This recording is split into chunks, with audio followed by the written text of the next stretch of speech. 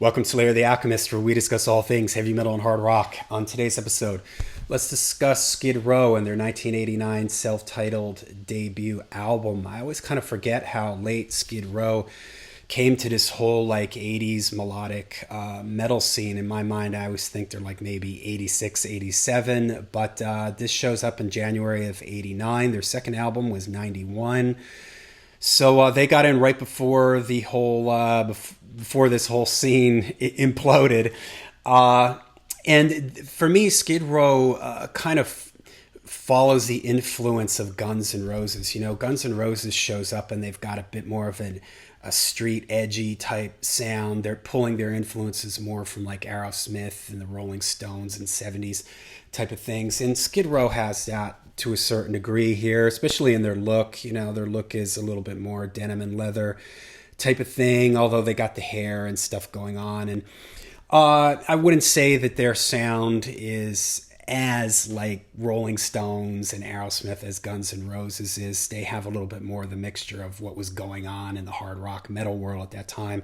And for me, it's always a dilemma how to classify them, because whenever I do bands from this era like Rat, Dawkins and stuff like that, and I use the word hair metal, people get upset and they say nobody called it hair metal at the time, which I agree. I was there, and it's kind of a derogatory term, which I agree. And I always say, well, it's just one of these things, for better or for worse. That's how people refer to a lot of this type of music from that era. But with Skid Row, okay, we're not going to call them LA metal because they're not from LA, they're from New Jersey. For me, they're not a heavy metal band, because for me, an 80s heavy metal band is Iron Maiden, Judas Priest, except, you know, bands like that. Are they a straight up hard rock band? Well, maybe, you know, but when I think of hard rock, I think of like AC/DC. So they do have kind of that, maybe mixed in with a little bit of metal. So maybe they're like hard rock, melodic metal. But again, it's a little bit hard to classify, and this is where when you get into this whole thing, they're definitely not glam metal for me either. Their look isn't glam enough. You know, they've got the hair, but that's about it. And they don't have that kind of sound. They don't have that Poison, Hanoi Rocks, Faster Pussycat kind of melodic, bubblegummy type sound influenced by like Sweet and T-Rex and stuff like that. You know, they're not coming from that. So for better or for worse, stuff like this band Skid Row, they get lumped into the whole hair metal thing. If you're listening to Hair Nation or any kind of hair metal radio show, you're gonna hear Skid Row in that. So the album is produced by Michael Wagner, who produced a ton of the 80s rock and metal albums, Stryper, Great White. I think he did an Alice Cooper record. He just did tons of albums for that era, and the production is great, and it doesn't really date itself. Usually things like this get dated in the drum sound, and you don't really have that here. I think the drums sound great.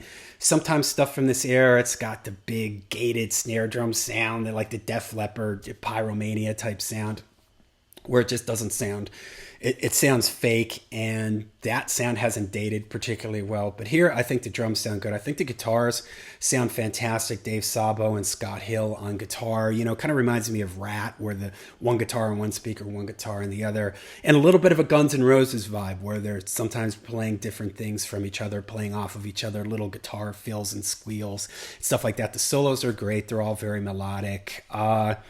The bass sounds great too. Rachel Bolan, he has a really cool kind of bright, again, reminds me of Guns N' Roses. Duff McKagan, he had kind of a bright upfront type bass sound. Rachel Bolan has that same kind of sound too. And probably the star here is, well, maybe not. You know, I think that there's a lot of great playing on here, but Sebastian Bach certainly stands out on lead vocals. He has a very acrobatic, flexible, dynamic, huge range to his voice. He can do the high screaming type stuff. He can do the more mid-rangey, melodic type stuff. And he has a lot of power, and it just has a really unique sound, and it really cuts through. And he shines on a lot of these songs. Now, three big hits off this album: 18 and Life, which maybe a little bit tired of that. That video got played like absolutely crazy.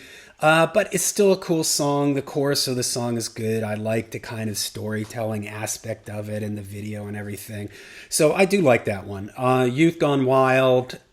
This is one of, there was a anthem for these types of bands from this era. Youth Gone Wild might be that song. And the other big one is I Remember You. Maybe a little burnt out on it, but I've got a soft spot for 80s melodic metal ballads, stuff from this era and ballads. And I actually think this is one of the better ones. And a lot of it is because of Sebastian Bach, his voice, the way he starts off just kind of speaking. And by the end of that song, when he goes, I remember you, and he lets out that big high scream, man, it just sounds absolutely incredible. I mean, his vocal range just massive, and that scream at the end and the way it builds up to that, it's just fantastic. So really a well-written song, and so I do still enjoy it. Now the thing is though that a lot of this stuff, even though I said that sonically the album doesn't date itself, a lot of this stuff is a little too formulaic, and you hear that just by looking at the times on on all these songs. The album has 11 songs and it's only 39 minutes and 28 seconds.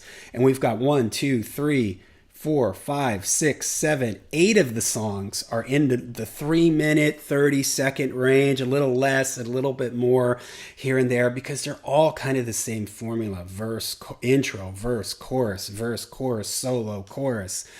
They all got the same type of chorus thing where it's just 1,000, sounds like there's 1,000 dudes all singing in unison and stuff. So it becomes a little formulaic, although it does start off pretty strong. I do like Big Guns. The chorus is really catchy. Sweet Little Sister, that's another one that's got a really catchy chorus. Can't Stand the Heartache. Then you also start getting, there were a lot of bands that were doing this kind of sound at that time, like Can't Stand the Heartache and Rattlesnake Shake. They could be Motley Crue songs. In fact, Motley Crue has a song called Rattlesnake Shake that would show up towards the end of 89 on Dr. Feelgood. But it's that sort of formulaic thing where they're all sort of the same tempo. The choruses are all, they're catchy, but they all kind of start to blend into each other and sound the same after a while. That's for me why the songs that were the singles from this really stand out for me as the best songs on the album. And you can hear that when you're listening to this album.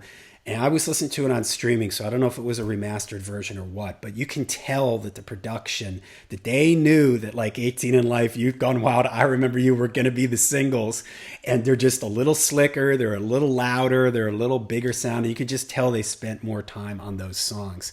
Now the formula does start to wear itself here with like Here I Am and Making a Mess. To me, those are just kind of forgettable. And again, too many songs that are in like this same tempo. And where it works earlier because the choruses are so catchy. Here, the choruses aren't quite as catchy. And the last song, Midnight Tornado, that one's a little bit forgettable for me. Another interesting thing that I find interesting about Skid Row is that the majority of the songwriting is between Dave Sabo, the guitar player, and Rachel Bolan. In fact, between the two of them, there's one or both are in the songwriting credits for all the songs here, with the occasional, like Sebastian Bach only gets a writing credit on Making a Mess. Matt Fallon, he gets in on... I don't even know who Matt Fallon is. He's somebody else here, maybe an extra songwriter or something. Here we go. I'm looking. It says that he worked with Skid Row, I guess, at some point. So most of the songwriting is Snake and Sabo